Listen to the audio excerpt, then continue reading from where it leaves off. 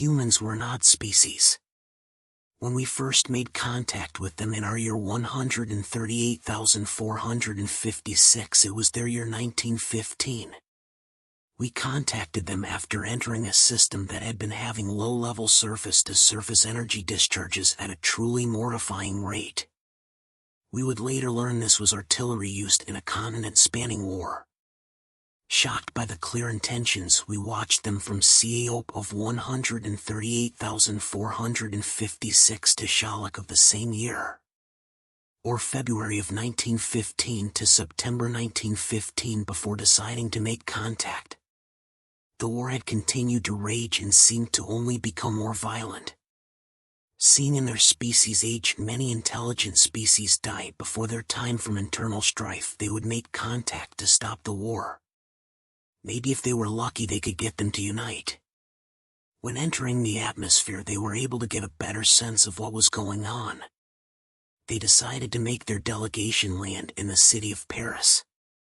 They would use a low flyby to alert their presence to the governments and people of this world.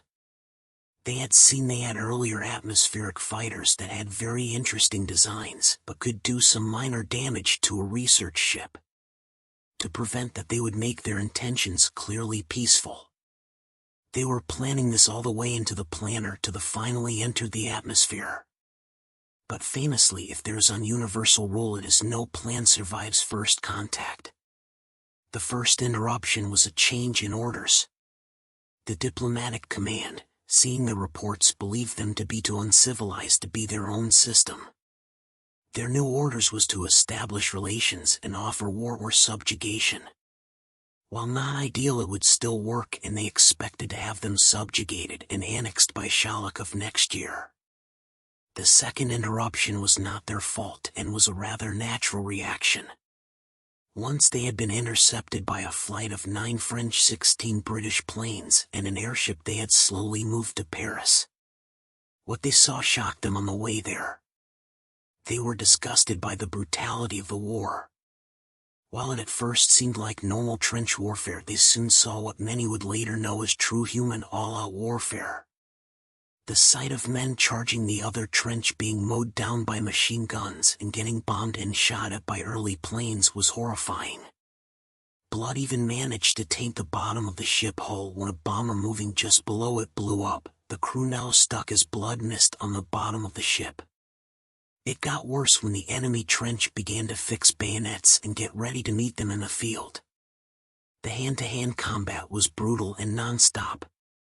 One of the diplomats even saw a man take a stick when his club broke and shoved it in his opponent's eye, then slammed his head non-stop on the ruins of a trench before beating him till his skull caved in with his helmet before simply moving on.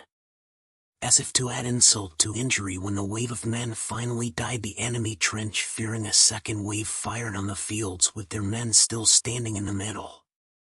It was a gruesome sight. It reached its peak when chlorine gas was released by the opposing trench, and the men clearly didn't have gas masks. All of this had one of the diplomats leaving to go to the bathroom too. The final and third was the rather unwelcoming response. When they landed in Paris, the reception was less than pleasant and had many of the diplomats wondering if they should just immediately declare war in response to a diplomatic insult. The talks outside of formalities boiled down to the words that would forever change humanity: war it is.